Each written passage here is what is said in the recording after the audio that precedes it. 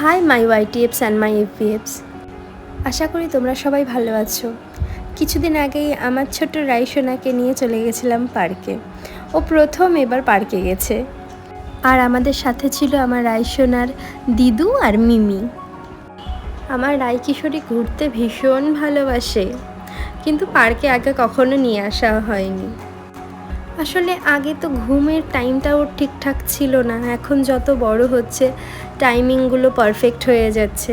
এখন বিকেলে জাগা থাকে, আগে বিকেলে ঘুমাতো, যার জন্য কখনোই আনতে পারিনি।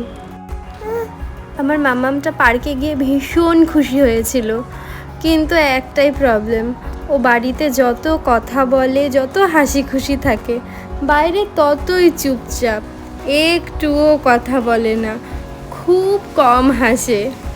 এই দেখো, এখানে মনে হচ্ছে কত বড় বাচ্চা, যেন 1-2 বছর, 7.5 মাস বয়স, কে বলবে।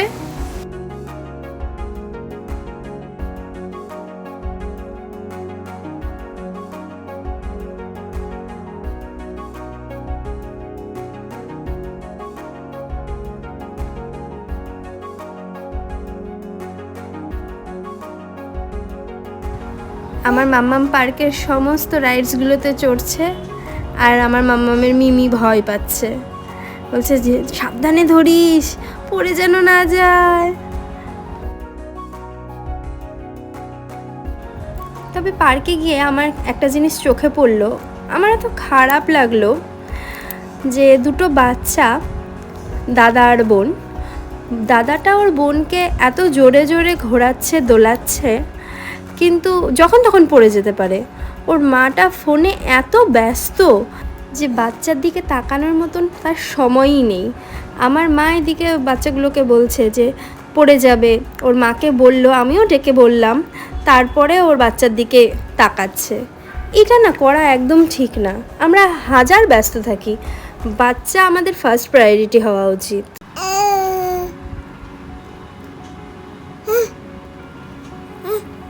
এই যে আমার সোনামাটাও আমার সাথে এগ্রি করছে।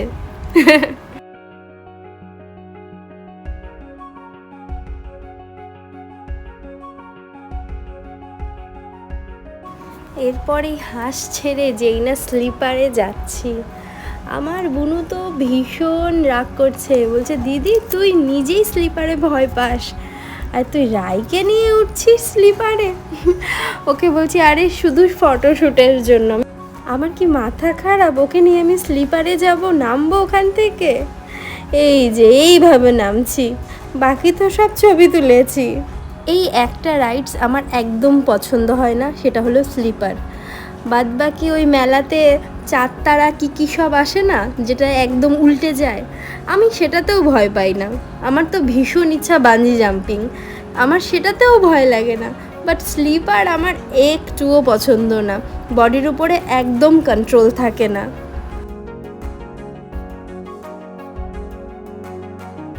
আর এই যে আমার পাকা বুড়ি, দোলনায় বসানোর সাথে সাথে কি করে যে বোঝে সাইডে ধরতে হবে, একটা নিচু করে ধরেছে, একটা আবার উঁচু করে ধরেছে, আমি আবার ঠিক করে দিলাম। মা বলল একেবারে পাকা বুড়ি, দোল খাচ্ছে কি সুন্দর।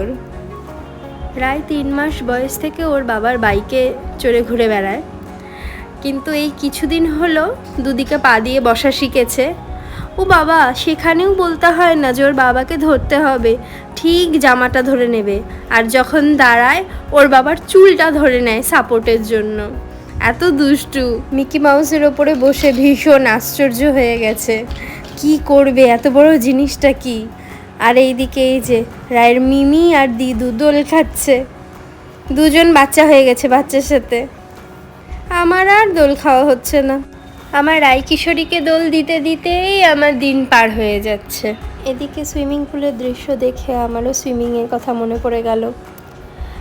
এখন সবই অতীত হয়ে গেছে, আগে সবই শিখতাম, ভবিষ্যতে আমার সোনাটাকেও শেখাবো।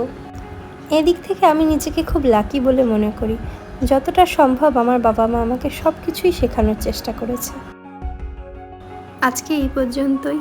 আমার ভিডিওগুলো যদি তোমাদের ভালো লাগে তাহলে like, comment, share and subscribe করো। Thank you so much for watching my video. By.